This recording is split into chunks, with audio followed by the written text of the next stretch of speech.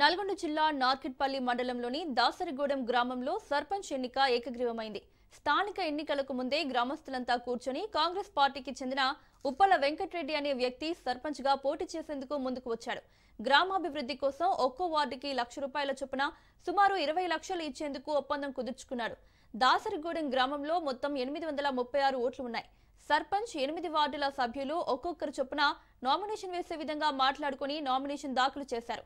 దీంతో సర్పంచ్ గా వెంకటరెడ్డిని 8 మంది వార్డు సభ్యులను అభ్యర్థుల ఎంపిక ఎన్నిక ఏకగ్రీవమైంది. గ్రామ అభివృద్ధిని దృష్టిలో పెట్టుకుని పార్టీలకు అతీతంగా సర్పంచ్ వార్డు సభ్యుల ఎన్నిక ఏకగ్రీవం చేసుకున్నామని గ్రామస్తులు అంటున్నారు. ప్రభుత్వం ఇచ్చే పారితోషికంతో పాటు నల్గొండ మంత్రి కోమటిరెడ్డి వెంకటరెడ్డి ఇచ్చే పారితోషికాన్ని గ్రామంలోని టెంపుల్స్, సీసీ రోడ్, డ్రైనేజ్ వ్యవస్థకు ఉపయోగించి గ్రామాన్ని మరింత అభివృద్ధి చేస్తామంటున్నారు గ్రామస్తులు.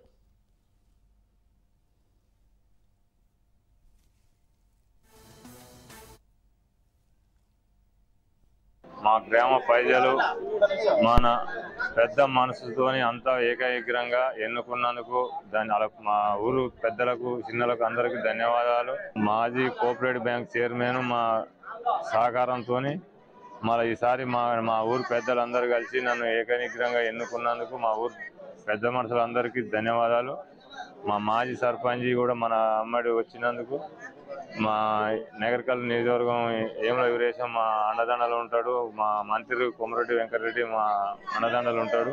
ఏ పార్టీ అనకుండా మా ఊరు పెద్దలందరూ కలిసి నాకు ఏకగ్రీవం ఇచ్చినందుకు, ఎన్నుకున్నందుకు ధన్యవాదాలు.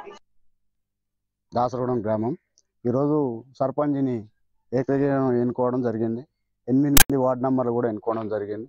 అందులో పాటు మనకు ప్రోత్సహిస్తానికి ఏమల వీరేశం కానీ, మంత్రి కోమటిరెడ్డి వెంకటరెడ్డి కానీ, మండల పార్టీ నుంచి కానీ ఓడే భూపాలరెడ్డి అని, బత్తులూషి అని వాళ్ళు కూడా సహకారంతో మాకు సహకారం చేస్తుంది.